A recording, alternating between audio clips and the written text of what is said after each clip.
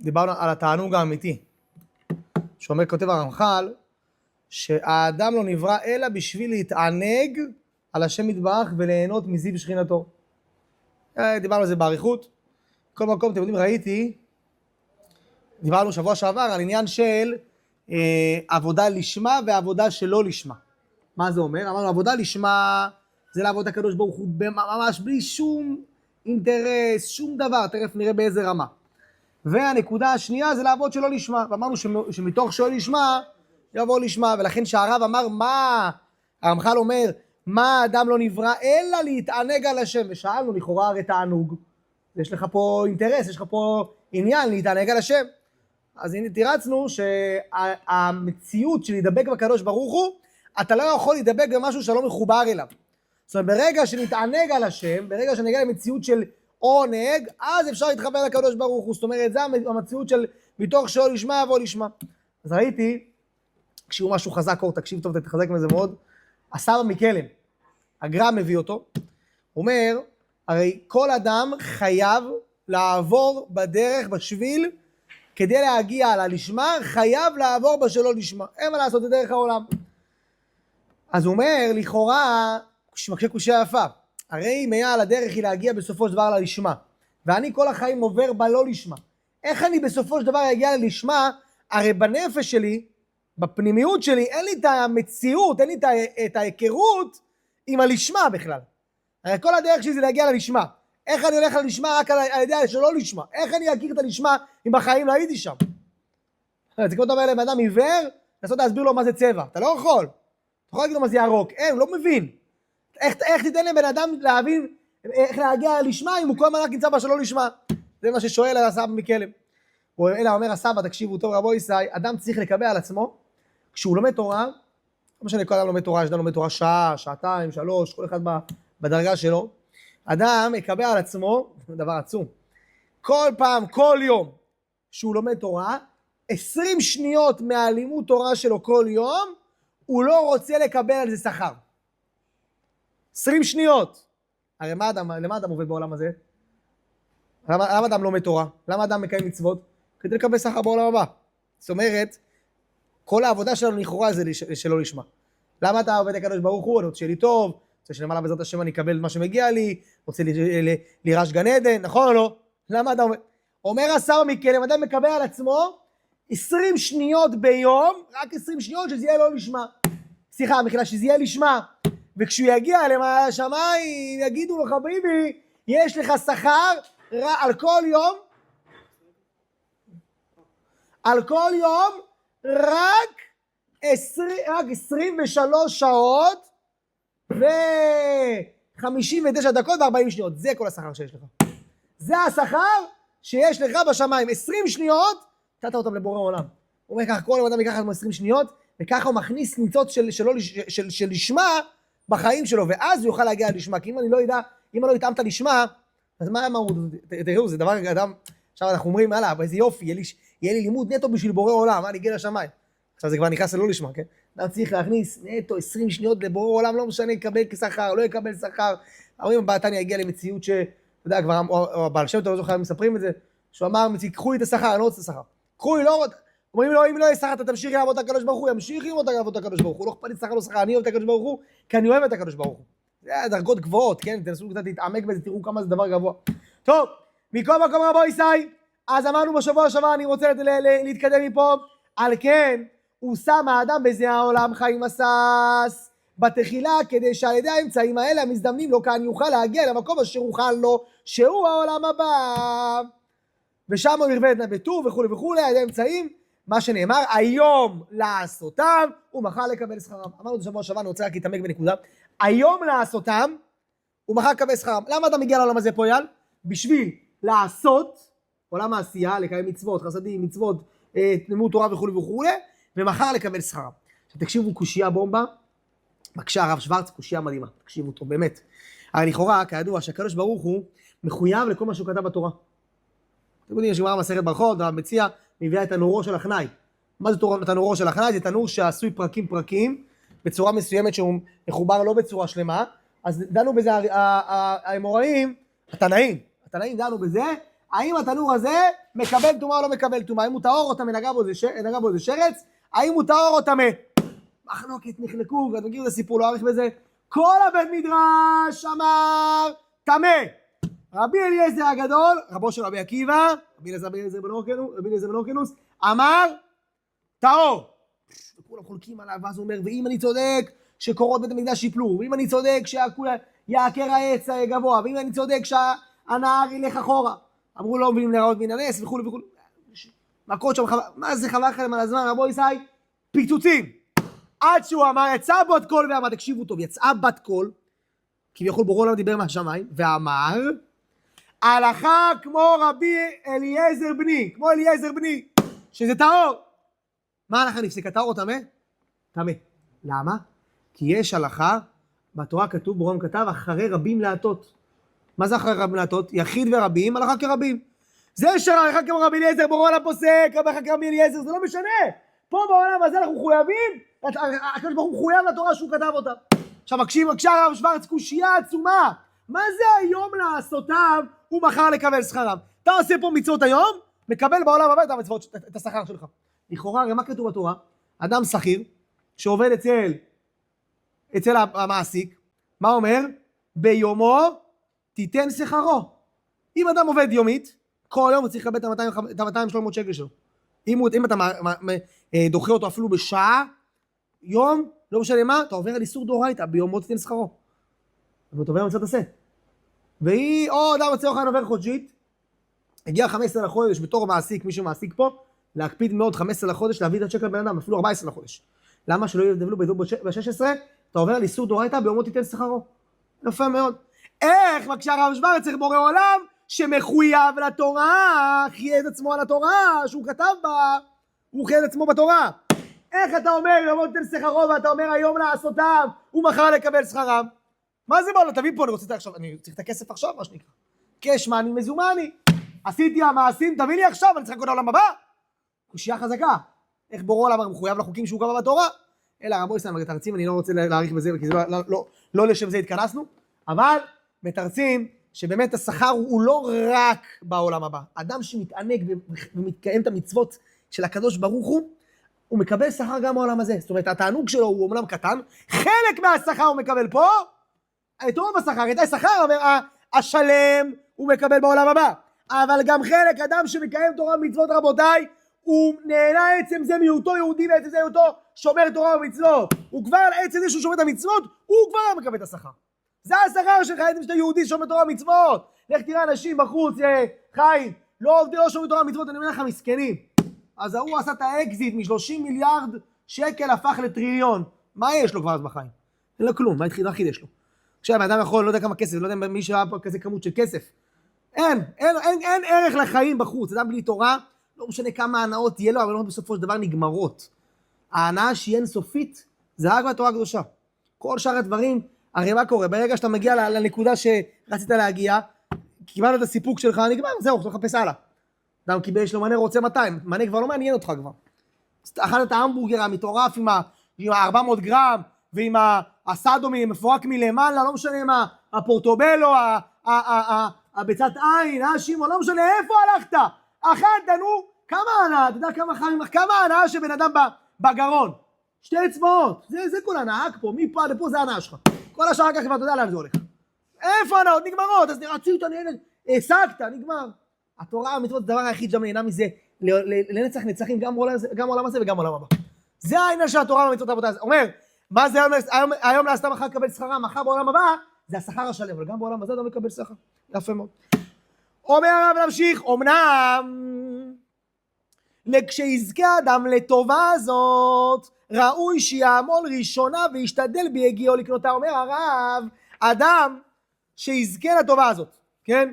הוא יזכה ברוך השם, להגיע למציאות שידבקו בקדוש ברוך הוא, לעבוד את הקדוש ברוך הוא. ראוי שיעמול ראשונה וישתדל בהגיעו לקנותה, והיינו, שישתדל לדבק בו יתברך בכוח מעשים שתולדותם זה העניין, הם המצוות. הוא אומר, איך אתה מתחבר לבורא עולם? איך? רמנו שהמהות של הבן אדם זה להתענג. איך מתענגים? על ידי שאתה מקיים את התורה ומצוות, פה בעולם הזה אתה מגיע לעולם הבא וקבל את השכר, בשביל זה באנו לעולם. אומר הרב, איך אפשר לדבק?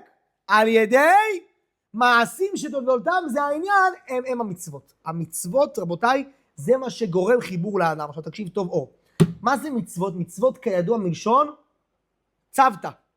צוותא זה חיבור. כשאדם עושה מצוות הוא מתחבר עם קודשא בריחו. לא נעיך עכשיו איך התניא מסביר את זה בדרכו העצומה והיפה. מצוות מביאות לך לחיבור עם בורא עולם. פשוט. עכשיו נשאלת שאלה עצומה. אם אדם מתבונן, אתה יודע כמה אנשים מקיימים מצוות? אני לא רואה שהם דבקים בקדוש ברוך הוא. יש הרבה אנשים, מדבר גם על עצמי, שמקיימים מצוות בוקר, יומם וליל, יום, שעה, מהבוקר עד הערב, שחרית, מנחה, ערבית, לימוד תורה, חסדים, לא בטוח שמרגישים דבקות בקדוש ברוך הוא. איך אתה אומר לי שעדי מצוות אני מגיע לדבקות בקדוש ברוך הוא? קושיה עצומה, זה דבר שצריך להתעורר בזה, רבותיי. אנחנו רואים בפועל שהאדם מקיים מצוות יום, שעה, אבל עדיין הוא לא מרגיש שהוא דבק בבורא עולם. איך זה יכול להיות? הרי אתה אמרת להתקיים מצוות, תדבק. מצוות, לשון צוותא, חיבור, דבק לקדוש ברוך הוא. איך אני רואה עושה מצוות למדבק? אלא רבותיי, תקשיבו טוב כידוע. הבא אתה מביא את זה בלשון של 3 לבושים. נקרא לזה עניין של 3 כוחות, 3 דרגות במצוות. יש מחשבה, דיבור ומעשה. מעשה, יש כוח מצוות, לעשות מצוות בכוח המעשה. יש מצוות בכוח הדיבור ומצוות בכוח המחשבה. אומר הרב, אדם שמקיים מצוות ב-level של המעשה ולא עולה הלאה לכיוון של הדיבור והמחשבה, הוא תמיד נשאר במדרגה הראשונה. זאת אומרת, כדי להגיע לדבקות יש לי 3 דרגות. מדרגה אחת, מצוות של מעשה, תפילין וכו', ציצית, נועל לולב, סוכה, פסח, הכל, כל המצוות האלה. הדרגה השנייה בכוח של דיבור, לימוד תורה וכו'. הדרגה השלישית, מחשבה. וזה בעצם ההידבקות האמיתית עם בורא עולם, בכל מחשבותיך, האדם עושה לצורך לפני תפילין, עושה לשם ייחוד קודשא בריחו, ברגע שאדם יקיים את המצוות גם במחשבה וגם בדיבור, אז הוא לדרגה ויכול להגיע. זה קומה ראשונה מעשה, קומה שנייה דיבור, קומה שלישית מחשבה, ואז דבקות בבורא עולם. אם אדם מקיים מצוות אנשים מלומדה בחיים לא יגיע לדבקות בקדוש ברוך הוא. בשביל להגיע לדבקות חייב להגיע את כל הלבושים של המצוות, את כל הכוחות, כוח המעשה, המחשבה והדיבור. לכן רבו ישראל, אם אנחנו נשארים בחלק של המעשה, איך נגיע לדבקות? אדם לא יבקש דבקות אם הוא נמצא בחלק של המעשה. אדם למה הוא יודע מה לעשות, אייל? נכון, לא פשוט, זה הרבה עבודה, הרבה, אבל זה המציאות. אתה רוצה להידבק בקדוש ברוך הוא, רוצה להגיע לתענוג האמיתי, התענוג האמיתי בעולם הבא, עבודה קשה. זה לא רק מצוות של עשה ולא תעשה, אלא גם דבקות בעניין של המחשבה והדיבור. נמשיך רבו ישראל. והנה, שמו הקדוש ברוך הוא לאדם, שימו לב לדברים מפחידים, במקום שרבים בו המרחיקים אותו ממנו להתברך. אוקיי. המהות שלנו, כמו שאמרנו, להגיע למקום עידון, דהיינו, עולם הבא. שמנו בעולם הזה לקיים את המצוות, אבל בורא שם אותי פה במקום פחד פחדים. שבו, שימו לב למילים, שמו הקדוש ברוך הוא לאדם במקום שרבים בו המרחיקים אותו ממנו להתברך. בורא שם אותי המקום הכי קשה שיש. מה זה שרבים בו המרחיקים אותו? לא שיש הרבה שמרחיק אותו, אלא מה זה רבים? רבים מלשון רוב. כידוע, העולם העשייה נוצר מקליפת נוגה, לא? קליפת נוגה עשויה רובה מרע, מעט טוב. רבים מלשון רוב. רוב העולם הוא גשמי, רוב העולם הוא רע. יש בו מיעוט טוב. יש כל כך הרבה רע בעולם, כל כך הרבה קשיים בעולם, כל כך הרבה תאוות, כל כך הרבה איסורים, כל כך הרבה קשיים, שהם מרחיקים את האדם מהתורה והמצוות. הם כל פעם מנגדים לו שהוא לא מצליח להתקרב לקדוש ברוך הוא. שימו לב למילים. והנה שמו הקדוש ברוך הוא לאדם במקום שרבים בו מרחיקים אותו ממנו להתברך. אין מה לעשות. זה צריך לתוך העניין כמו, אלא מה יפה בזה? מה יפה? למה אני צריך לדעת שהעולם הזה רובו רע? מה זה עוזר לי? אז תרשום אותם עכשיו נכנס לחדר. ובחדר הזה יש זכוכיות, קוצים, דרדרים. אם מכניסים אותך לתוך החדר הזה, לא אומרים לך מה יש בתוך החדר. אתה נכנס, מה הסיכוי שתיפול, שתיפצע? אתה הולך רגיל, לא משנה, אתה מסתכל על הרצפה, אתה יודע, אתה הולך מהר, הולך, לא יודע מה יש שם, מלא מוקשים, אתה בטוח תיפצע. אבל אם יגידו לך, תשמע חמוד, תיזהר, בתוך החדר יש הרבה מוקשים, שים לב. שבא הקדוש ברוך הוא בא במסעד השערים, הרמח"ל אומר לך, תקשיב, הקדוש ברוך הוא שם אותנו פה בעולם הזה, אבל העולם הזה יש בו הרבה רוב שהוא רע, הרבה דברים המרחיקים את האדם מהמצוות, תדע את זה. למה תדע? כשתדע, אתה תדע להיזהר. בורא עולם אומר, נכון, אני יודע איפה שמתי אתכם, זה העולם העשייה, עולם של בחירה, יש בו טוב, יש בו רע מעורבבים, תבוא תילחם. אבל לפחות אני אומר לך, תשמע, דע לך, העולם הזה לא פשוט. לא פשוט, עכשיו אני מנסה להילחם. תקבל את היכולות, הכוח, מדי שאתה יודע לקראת מה אתה הולך. תמשיך. אומר הרב, ומה הם הדברים האלה שמרחיקים את האדם ממנו יתברך, והם התאוות החומריות. יש פה איזה דיבור ארוך, למה הוא דווקא כתב תאוות ולא קנאה וכעס. לא ניגע בזה כרגע, במילה אחת, התאוות, הרי קנאה וכעס, זה לא דברים שאדם תאב להם. אף אחד לא מתאווה לקנות, אף אחד לא מתאווה לכעוס. זה מידות שיש באדם. תאווה זה מה? זה עניינים של איסורים, של עריות וכו' וכו'. זה אומר הרב, התאוות החומריות, תאוות האכילה, תאוות נשים וכו' וכו'. התאוות האלה הם שמרחיקים את האדם. מה כתוב על חטא אצל האדם הראשון? וכי תאווה הוא לעיניים, ונחמד העץ להשכיל. מה זה תאווה? היה לו תאווה ממש, רצון, ללכת לקחת את הפרי הזה. זאת אומרת, עיקר הפגם של העולם, זה עניין של פרי התאווה, של המציאות של התאווה שהייתה בה. טוב, זה נושא אחר. אומר הרב, אשר אם יימשך אחריהם, אחרי התאוות, שימו לב, הנה הוא מתרחק והולך מן הטוב האמיתי. כשהאדם הולך לכיוון התאוות, מה קורה לו ממנה? הוא מתרחק. אתם יודעים, אומרים, כשאדם עושה את התורה, יום אחד, אם תעזבני יום, יומיים אעזבך. אדם, אייל, צורך העניין לומד תורה כל יום, ברוך השם, כל יום, שעתיים, 3, לומד, מתקדש. שבוע אחד, הלך לנופש. מה קרה בשבוע הזה? לא למד תורה בכלל. להתרחק מהקדוש ברוך הוא. עכשיו שים לב, אתה והתורה הייתם פה ככה ביחד, שתיכם. עכשיו אתה לוקח שבוע, 7 ימים, 1, 2, 3, 4, 5, 6, 7, אתה רחוק מהתורה 7 ימים. זה לא נכון. אתה רחוק מהתורה 14 יום. למה? כשאתה הולך צד אחד אחורה, גם היא הולכת צד אחד אחורה. עוד צעד, עוד צעד. עכשיו אתה אחרי כל צד שאתה הולך, מתרחקת ממך גם כן, יומת ראשי פריירית, ואז אם תעזבני יום, יומיים אעזבך. צריך לחזור אחר כך כפול. כל יום תקבל פעמיים. אומר הרב, התאוות האלה החומריות, אשר יימשך אחריהן, הנה הוא מתרחק והולך לטוב האמיתי. ונמצא שהוא מושם באמת בתוך המלחמה החזקה. שימו איך הוא קורא לזה, מלחמה חזקה. כי כל ענייני העולם, בין לטוב בין למוטב, הנה הם ניסיונות לאדם. תקשיבו, דבר עצום. מה השעה? מתי יש לנו להתחיל? יופי, שימו לב, תהיו איתי. דברים עצומים. כל ענייני העולם מהחיים, תקשיב טוב, כל ענייני העולם. האישה, הילדים, הפרנסה, העוני, העשירות, הכל.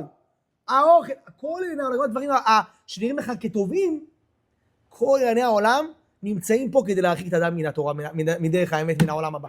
תראו. כי כל ענייני העולם בין לטוב בין למוטב, הנה הם ניסיונות לאדם. העוני מצד אחד, והעושר מצד אחד. כי עניין מה שאמר שלמה במשנה, פן אסבע וכיחשתי ועמדתי מי אדוני, ופן יברש וגנבתי, ותפסתי שם אלוהי. פחד פחדים. אומר הרב, אל תחשוב שהאדם שיש לו צרות, אדם שהוא עני, יש לו קשיים, אז קשה לו לעבוד השם, מה פתאום? גם אדם שיש לו עושר גדול, העושר גם מרחיק את אדם מהקדוש ברוך הוא. בכל דבר אתה יכול למצוא משהו שירחיק אותך מהקדוש ברוך הוא. מדרך האמת. מהדבר האמיתי. הקדוש ברוך הוא שם בכל דבר. העיקר, למה? כגודל הקושי, ככה תמיד את הגודל של השכר. מה אתה חושב, הקדוש ברוך הוא פייר? חס שלום, אתה יודע איזה דבר גדול מחכה לנו למעלה? נראה לך סתם קשה לך פה, חי? יש לך קשיים עצומים פה בפרנסה, בילדים, בתאוות, הכל. למה? כי ככל הקושי, ככה אדם מחכה לך למעלה. מה נראה לך? אדם מקבל מתנות ככה סתם? מה זה, נעמה דקיסופה? לא, אדם רוצה להרגיש שהוא עבד קשה. יש לו פה בחירה, גם אדם עשיר, גם אדם עני, יש לו קשיים בעבודת השם. כמו שאומר שלמה המלך במשנה. השלווה מצד אחד, והאיסורים מצד אחד. גם אדם שיש לו איסורים, בריאות, ילדים, לא משנה מה אישה, יש לו איסורים, הוא אומר לך, שמע, קשה לי לקיים מצוות, קשה לי, תראה איך אני מתייסר. שלא תחשוב, גם השלווה, זה שכל היום יושב, אתה יודע, ככה בפנן, על עזרי הדפנה, מה שנקרא, אתה יודע, על הארסל, מאכילים אותו את הענבים ככה מלמעלה, גם הוא, גם השלווה יכול להרחיק את הבן אדם. לא איסורים מצד, גם האיסורים מצד אחד וגם השלווה מצד שני. עד שנמצאת המלחמה אליו פנים ואחור. פחד פחדים, רבותיי, קשה מאוד לעבור את העולם הזה, כדי להגיע למקום העולם הבא. ואם יהיה לבן חיל, אם תהיה מה שנקרא חייל אמיתי, חייל מצטיין, פה בעולם הזה, וינצח המלחמה מכל הצדדים, הוא יהיה האדם השלם אשר יזכה להידבק בבוראו. אדם שיבין שכל העולם הזה, זה עולם של ציור, זה עולם של אבל, בין הכסף, בין החוסר כסף, בין הבריאות, בין החוסר בריאות, בין האוכל, כל דבר שנמצא פה בעולם הזה, האיסורים, השלווה, הכל, זה הכל מנגד לך כדי שלא תגיע לעולם הבא, לעולם האמת. ברגע שאתה מבין את המהות הזאת, כשהוא נכנס לחדר, ואומרים לו, תשמע, יש פה מכשול, יש פה מוקשים, אז הוא די מה להיזהר. אדם צריך תמיד להכניס לעצמו, אוקיי, אני הגעתי לפה לעולם הזה, רבותיי, נצא משהו מהשיעור. ירדנו פה לעולם הזה, כבר נכנסנו, פה תכף לדבר על זה. כבר ירדת לעולם. אתה מבין שקשה. אומרים לך, תיזהר. הכסף יכול לבלבל אותך, מצד שני העוני יכול לבלבל אותך. אשתך יכולה לבלבל אותך, ילדים יכולים לבלבל אותך. הכל, כל דבר שנמצא בעולם הזה, בעולם העשייה, בעולם הגשמי, יכול לבלבל אותך, העיקר כדי שלא תדבק בקדוש ברוך הוא. ואם תצליח ותהיה חייל מצטיין בן חיל, ותנצח את המלחמה מכל הצדדים, הוא יהיה האדם השלם, אשר יזכה להידבק בבורא. אבל להידבק בבורא זה עוד דבר פשוט. הנה הרב פה כתב ספר שלם. אומנם ספר קטן הכמות ורב האיכות. האדם שילך פה צעד צעד יכול להגיע בעזרת השם, זו עבודה קשה. יש רבנים שקראו, למדו את הספר הזה, עינו בו 400 פעם. אתה יודע מה זה 400 פעם? 400 פעם זה ספר, יש פה איזה 120 דף, 400 פעם לחזור וללמוד ולשנה, יודעים אותו בעל פה. כי העניין זה לא לדעת את הדבר בעל פה, לנסות להבין ולהיכנס לעניין ולהיות לוחם אמיתי. לכן רבותיי, יהי רצון שנזכה בעזרת השם, לקיים את התורה ואת המצוות, להילחם חזק, להיות חייל מצטיין, בעזרת השם ככה, להידבק בבורא, לחיים טובים ושלום וכן יהי רצון ונאמר אמן.